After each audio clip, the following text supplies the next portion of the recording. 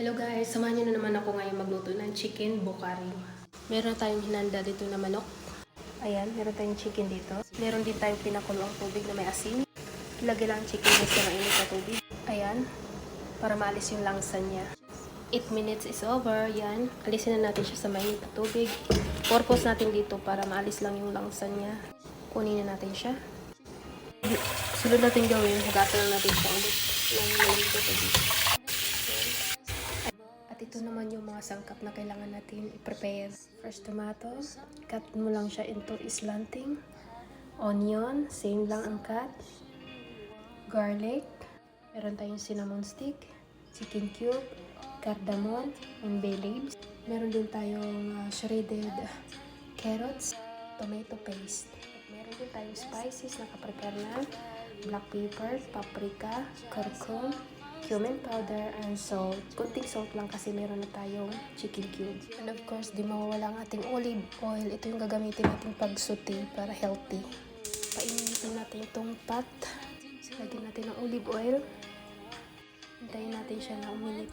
Mainit na siya guys. Lagyan natin yung garlic. Sunod natin si onion. Sunod natin ito.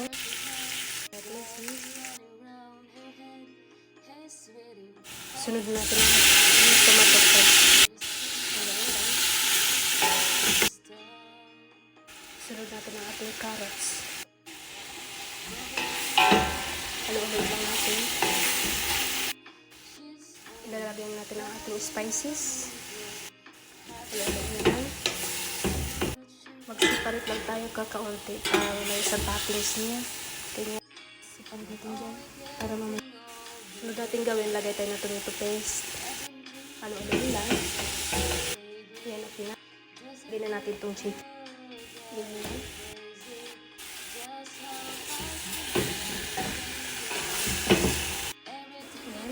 Nakabalot na yung sauce niya sa chicken. Lagay tayo ng boiled water.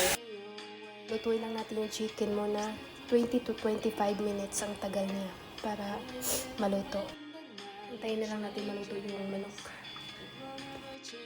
Babad na rin tayo ng rice para sa chicken bokari. Ayan na, binabad natin siya ng mainit na tubig.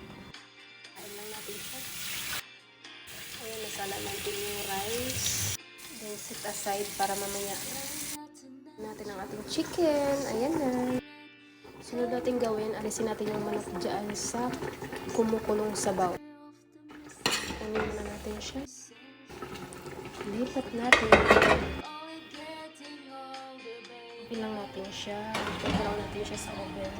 Hintayin natin siya mag-golden brown dyan. Ilagay na natin itong bigas. Lagay tayo ng kaunting resin. Ano natin gawin? I-check na natin yung chicken kung okay na. Ayan, okay na siya. Ayan yung kulay niya. Yung rice naman, okay na rin yung rice. Ares natin dito. Unahan natin yung ayan. Transfer natin lahat dyan. Para pag nag-serve tayo, mainit pa rin. Lagyan natin yung chicken on top on the rice. Oops. Dalawa. Tatlo.